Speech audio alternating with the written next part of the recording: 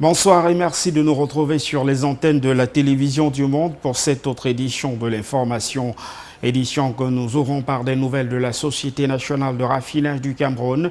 Après la mission d'inspection interministérielle instruite par le Premier ministre chef du gouvernement et conduite par Gaston Ilundu Essomba pour évaluer le niveau des dégâts à la suite de l'incendie qui a consumé une partie des unités de production de cette société étatique le 31 mai dernier, c'est au tour d'un ballet de chefs traditionnels de venir reconforter le top management de la Sonara. Les chefs traditionnels issus de la conférence des chefs traditionnels du Sud-Ouest étaient sur le site de la Sonara, accueillis par le top management de cette entreprise. Les détails dans cet élément. À Limbé, dans la région du Sud-Ouest du Cameroun, après la mission interministérielle d'évaluation instruite par le Premier ministre suite à l'incendie de la Sonara le 31 mai dernier, c'est au tour des chefs traditionnels de la région, une dizaine au total, de venir apporter un message de soutien et de réconfort au top management de la Société nationale de raffinage du Cameroun, accueilli à l'entrée de l'usine de production par Jean-Paul Simon Jono, le directeur général de la Sonara. Ces gardiens des traditions ont eu une concertation dans la salle de conférence avec le patron des lieux. L'occasion pour le directeur général de la Sonara de rassurer ses visiteurs sur les travaux de réhabilitation qui seront lancés dans les brefs délais.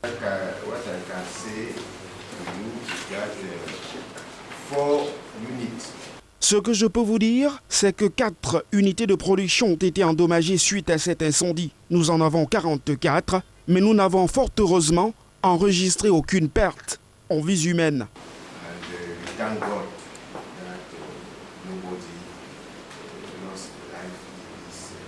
Dans son discours, le président de la conférence des chefs traditionnels du sud-ouest du Cameroun, Tif Mafanindi, a adressé un message de condoléances à l'équipe de direction de cette entreprise étatique. Objective is to come and sympathize with the management of Sonara. L'objectif de notre venue ici est de sympathiser avec le top management de la Sonara suite à cet incendie qui a touché ce fleuron de l'industrie pétrolière dans notre pays. Nous sommes donc ici pour adresser un message d'encouragement au personnel. But we came here to give them the encouragement. Give the encouragement that they should continue to work.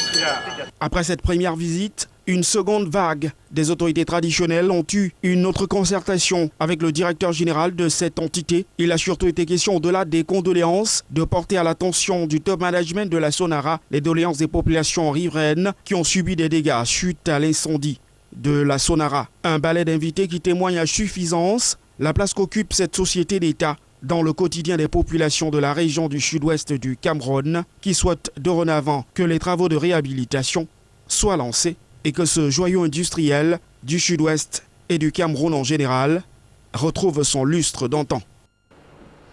17,8 millions d'euros en vue pour le Cameroun. L'enveloppe sera octroyée par l'Union européenne pour neutraliser le phénomène des changements climatiques dans la région du Sahel dont fait partie le Cameroun. Reportage. 17,8 millions d'euros en vue pour le Cameroun. L'enveloppe sera octroyée par l'Union européenne afin de neutraliser le phénomène dans la région du Sahel dont fait partie le pays. La bonne nouvelle vient du commissaire européen chargé de l'aide humanitaire et de la gestion des crises, délivrée lors de la conférence de presse tenue à Abuja au Nigeria. Le Sahel est une vaste région africaine semi-aride, séparant le désert du Sahara au nord et les savanes tropicales au sud. Il couvre 17 pays pour une superficie de 10 millions de kilomètres pour 500 millions d'habitants. Cependant, bien qu'étant dotée de ressources humaines et naturelles abondantes, cette zone est tiraillée par des violences et affrontements armés à répétition, ainsi que par des changements climatiques. Et bon nombre de ces pays, à l'instar de ceux de la région du lac Tchad et du Mali, constituent déjà des niches fertiles pour la radicalisation de l'extrémisme. Ce tableau lugubre aggrave entre autres la pauvreté, la réduction continue des surfaces agricoles disponibles et l'insécurité des populations. Le financement en vue vient donc en renfort à une série de soutiens des organisations internationales en direction de la région sur le plan humanitaire et du développement. Il apportera ainsi sa pierre à l'édifice de l'amélioration des domaines tels que la coopération transfrontalière, l'énergie renouvelable, la croissance inclusive, la prévention, le maintien de la paix, l'action pour le climat et l'autonomisation des femmes et des jeunes. Crise de leadership au sein du mouvement séparatiste au Cameroun. Une faction de ce mouvement sécessionniste vient d'annoncer la mise sur pied d'un conseil de restauration.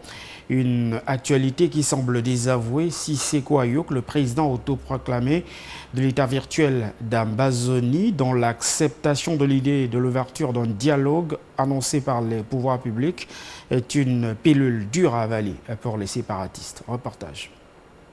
Le leadership se fissure-t-il au sein du mouvement séparatiste au Cameroun? L'adminicule de ce climat délétère, c'est sans doute ce document en circulation sur les réseaux sociaux et signé d'Elvis Nkomenta, le conseil de la restauration du Southern Cameroun, qui avait pourtant choisi Ayuk Tabé comme leader, est désormais au cœur de luttes internes depuis l'interpellation de ce dernier. À l'origine de ce rebondissement, la relance du dialogue en vue d'un retour à la stabilité dans les régions du nord-ouest et du sud-ouest du Cameroun par le gouvernement de la République et qui a reçu l'adhésion du président de l'État virtuel d'Ambazonie. Une acceptation qui sonne comme une trahison pour certains séparatistes et pour d'autres comme une réelle avancée. Mais il s'agit sans doute d'une détérioration du climat au sein de ce mouvement séparatiste qui donne aujourd'hui raison au pouvoir de Yaoundé hostile à la sécession et qui depuis peu multiplie des actions de concertation en vue d'un dialogue qui finira par pacifier les régions en crise. L'une de ces régions chrysogènes, c'est bien la région de l'extrême nord du Cameroun, où d'un nouveau chef a été installé de 3e degré dans la localité de Fulbéré. La mission assignée à ce dernier est de veiller à la libre circulation des personnes en coaction avec les pouvoirs publics. Cet auxiliaire d'administration a également reçu pour principale mission d'aider les élus locaux à promouvoir des projets de développement dans cette partie du terroir. Reportage. C'est la cour de l'école maternelle de Fulbéré, dans le département de la Benue, au nord du Cameroun, qui a servi de cadre à la cérémonie d'installation du nouveau chef de 3e degré. Je suis très satisfait de cette cérémonie et je profite de vos caméras également pour adresser mes remerciements à tous ceux qui ont consacré de leur temps pour participer à ça. Boubakari Bob Boy, cadre d'administration, a été fait chef de 3e degré de Fulbéré, une localité située en plein cœur de la ville de Garoua. Je suis très satisfait de la mobilisation qui a été faite. Vous l'avez constaté, toutes les populations de Garoua, l'environnement et même venus d'ailleurs pour assister à cette cérémonie. C'est dire que nous nous attachons encore à nos cultures.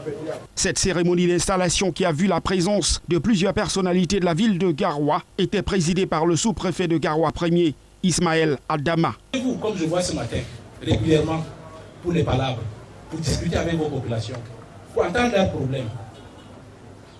Nous sommes en début de saison des pluies. Je dois vous le dire. Ici à Garoua, parfois, nous sommes victimes du choléra. C'est une maladie de la saluté. Prenez des dispositions pour que cette maladie ne vienne pas ici. Un chef de terre qui a recommandé au nouveau chef de prôner la paix sociale et le développement durable. Soyez le représentant de tous vos administrés. Rendez compte aux sous-préfets des difficultés. Travaillez avec la commune de Garoua 1er dans le cadre du recouvrement des impôts et taxes. Travaillez avec les forces de l'ordre, les forces de sécurité, en appui avec vos comités de vigilance pour que votre quartier soit toujours en sécurité. Rappelons que ce chef de 3e degré de la localité de Fulbéré remplace au trône son père décédé il y a quelque temps. C'est le ministère en charge des marchés publics qui avait sonné l'alerte en indiquant que 334 entreprises avaient été exclues de la commande publique. Ces entreprises étaient accusées d'avoir abandonné des chantiers entre 2014 et 2016. La situation n'est guère reluisante au sein du ministère en charge des travaux publics. Emmanuel Gagnon-Djomessi a réuni autour de lui à Yaoundé, dans son département ministériel, les entreprises adjudicataires pour évaluer le niveau d'avancement des différents chantiers dont il est le maître d'ouvrage. Frédéric Moutamé. L'entreprise, les évaluations Cette revue générale, présidée par Emmanuel Ngannou Messi, porte sur 78 projets routiers et autoroutiers en cours de réalisation au Cameroun.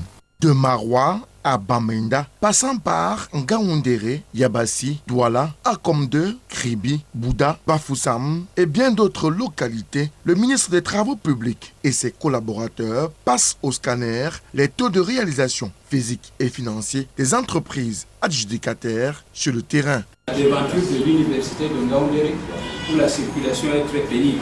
Il y a eu des ordres de service de mise en demeure après constat. On a constaté que ce qui était prescrit dans cette mise en demeure n'a pas été rempli et ça a abouti à des constats de défaillance. Le taux d'avancement des travaux est à 49,8%.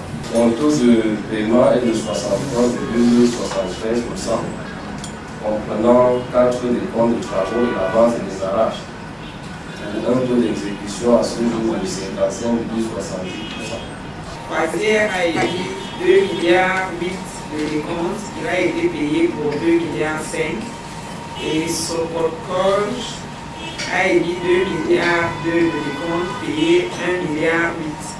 Pour Emmanuel Ngannou Messi, l'État met à disposition des ressources financières conséquentes pour les différents projets en cours de réalisation, mais les chantiers entamés n'avancent véritablement pas sur le terrain. Pour le MINTP, la récréation n'a que trop duré. Il faut passer à la phase répressive pour certainement inverser la tendance. D'ailleurs, d'un ton ferme et menaçant, Emmanuel Ngannou Messi rappelle à l'ordre les chefs d'entreprise concernés dans ces projets routiers et autoroutiers. Ces entreprises ont bénéficié des paiements. Est-ce que je dois faire arrêter les chefs d'entreprise qui, après avoir pris les ressources publiques, ne font pas les travaux?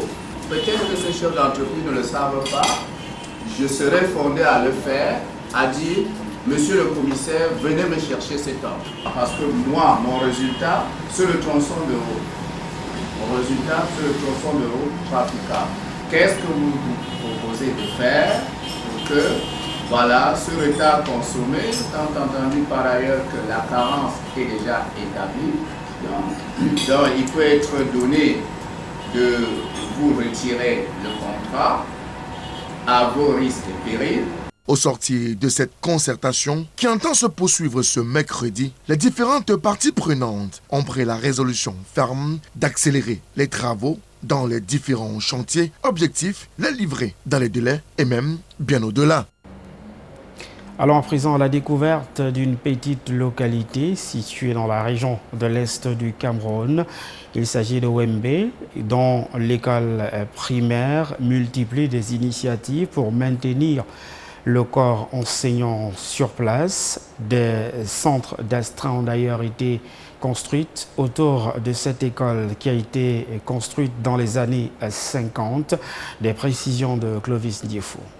Créée en 1958, cette école s'appelait l'école catholique d'Omende. Entre-temps, les choses ont évolué et l'ancienne dénomination a changé pour laisser place à l'école publique d'Omende. Inaugurée en 1993, de nos jours, cette école située en zone rurale a un effectif de 210 élèves encadrés par 5 maîtres des parents que dirige un instituteur contractuel. Ici, la particularité est que l'institution scolaire bénéficie d'un logement d'astreint pour enseignants construit par l'élite du coin et rétrocédé à l'État. C'est pour dire que l'élite Omende est très forte parce qu'ils se battent pour que leurs enseignants soient en paix. Il ne faudrait pas que peut-être l'enseignant est au quartier pendant que les élèves sont là. Il faut qu'il y ait un bon suivi. Vous voyez un peu, le camp des enseignants à 2 pas de l'école, il ne faudrait pas qu'un enseignant arrive en retard. Ce sont les élites qui ont construit ces bâtiments et l'ont offert au gouvernement, donc à l'école publique d'Omende. Et nous, les enseignants, nous sommes logés et nous vivons dans la paix, dans l'harmonie. C'est une fierté pour ces seigneurs de la craie. Nous ne payons pas la lumière, l'eau et nous ne payons pas ces logements-là, c'est gratuit. À Omende, l'enseignant est valorisé, il y a des domiciles d'astreinte, il ne manque de rien. Ça nous permet d'être au poste aussi à l'heure puisque c'est à proximité de l'école. L'une des recommandations de la hiérarchie à propos du traitement des maîtres des parents sortis des ENIEJ est qu'ils ne peuplent les zones rurales. Pas de problème, pas de remords, je ne regrette pas. Je n'envie pas celui qui est par exemple de Yaoundé, qui enseigne dans une école publique de Yaoundé, que ce soit à Bafia. Je n'envie pas. Notre école, comme bien d'autres d'ailleurs dans la République, surtout en zone rurale, souffre de l'inéquitable déploiement du personnel enseignant de l'éducation de base dans les différents postes de travail. Aussi, pour joindre les deux bouts, ces enseignants à vocation rurale s'occupent dans l'agriculture et l'élevage aux heures perdues. On en vient à l'actualité hors de nos frontières à présent. L'épidémie d'Ebola a traversé les frontières de la République démocratique du Congo pour désormais attaquer les contrées situées en Ouganda, un pays qui est désormais en alerte maximale. Les détails dans cet élément. Au fin fond de la forêt, à la frontière entre la République démocratique du Congo et l'Ouganda, un centre de santé improvisé. Pour alerter des dangers du virus Ebola et pour contrôler les allées et venues entre les deux pays. Jusqu'à présent, le plus grand défi qui se pose est celui de la porosité de la frontière, où plusieurs personnes continuent d'entrer dans le pays et ne passent pas par les zones où le contrôle est pratiqué. Parce que le contrôle a été instauré le long de certains points d'entrée, mais pas tous. Car c'est bien ainsi que l'épidémie d'Ebola a atteint les contrées ougandaises, 10 mois après s'être déclarée en RDC. À l'hôpital de Bouéra, toutes les précautions ont déjà été prises. L'Ouganda est en état d'alerte depuis août dernier, depuis le début de l'épidémie chez son voisin congolais. Cela n'a pas empêché 2 personnes d'être infectées, un garçon de 5 ans et sa grand-mère, de retour de funérailles d'un proche décédé d'Ebola en RDC. Ils ont contracté le virus et sont morts à leur tour. Le reste de la famille a été mis en quarantaine. Nous ne sommes pas vraiment effrayés car il y a beaucoup de prévention et nous connaissons les règles à suivre pour éviter la maladie. L'Ouganda a déjà connu une épidémie d'Ebola en 2012. Cette fois, les autorités disposent d'un vaccin expérimental jugé efficace par l'OMS. Alors que la RDC peine à éradiquer l'épidémie, en grande partie à cause des conflits, l'Ouganda, pays plus stable, devrait pouvoir circonscrire le virus rapidement. Malgré la renonciation d'Abdelaziz Bouteflika en un mandat en Algérie, les manifestations contre le régime ne faiblissent pas. Pour le 17e vendredi d'affilée, ils étaient bien nombreux les Algériens à avoir investi la capitale Alger et d'autres rues du pays pour demander un changement total de régime et la mise sur pied d'un gouvernement de transition. Reportage. Toujours autant de monde dans les rues d'Alger en ce 17e vendredi de manifestation. Lana n'a manqué aucun rendez-vous. Elle se félicite des avancées de ce mouvement. L'emprisonnement de 2 anciens premiers ministres du régime Bouteflika donne de l'espoir aux manifestants. On a vu l'arrestation de personnalités importantes du régime algérien. Entre autres l'ex-premier ministre Ouyahia, Sellel et je dirais tous les barons de ce système. C'est vrai que c'est une grande victoire de ce mouvement populaire. On ne pouvait pas forcément s'attendre à ce qu'on puisse prétendre aujourd'hui à une telle victoire. Mais la rue ne va pas se contenter de voir ces personnages en prison. Ce que demande la rue et ce que réclame le peuple, c'est qu'il y ait une justice indépendante, qu'il y ait un état de droit et de démocratie dans ce pays. Les anciens ministres, et avec eux plusieurs hommes d'affaires influents, sont soupçonnés de corruption. Mais si les manifestants sont toujours là, c'est qu'ils veulent le départ de tout le système, de tous les anciens fidèles du régime. Nous allons démontrer au monde que nous serons les enfants terribles du monde. La France est la mieux placée pour le comprendre. C'est fini l'injustice. La rue réclame des institutions de transition et refuse catégoriquement que les proches de l'ancien président organisent la prochaine présidentielle. Avant de refermer définitivement cette édition de l'information ce soir, le rappel de quelques sujets qui ont constitué le développement de cette édition de l'information. D'abord, cette mission d'inspection et d'encouragement des chefs traditionnels de la région du sud-ouest du Cameroun. Après une mission d'évaluation interministérielle instruite par le Premier ministre, les gardiens de tradition sont venus apporter un message de soutien et de réconfort au top management de la Société nationale de raffinage du Cameroun. Également dans cette édition, nous avons évoqué un chiffre, 17,8 millions d'euros. Il s'agit de l'enveloppe qui sera bientôt octroyée au Cameroun par l'Union européenne dans le cadre de la lutte contre le changement climatique dans la région du Sahel dont fait partie le Cameroun et puis hors de nos frontières. On l'a vu également. Cela fait 17 week-ends d'affilée que des Algériens manifestent dans les rues du pays pour souhaiter un changement total de régime et la mise sur pied d'un gouvernement de transition. Merci d'avoir suivi cette édition de l'information. Ce soir, nos programmes sur la télévision du monde se poursuivent. Au revoir.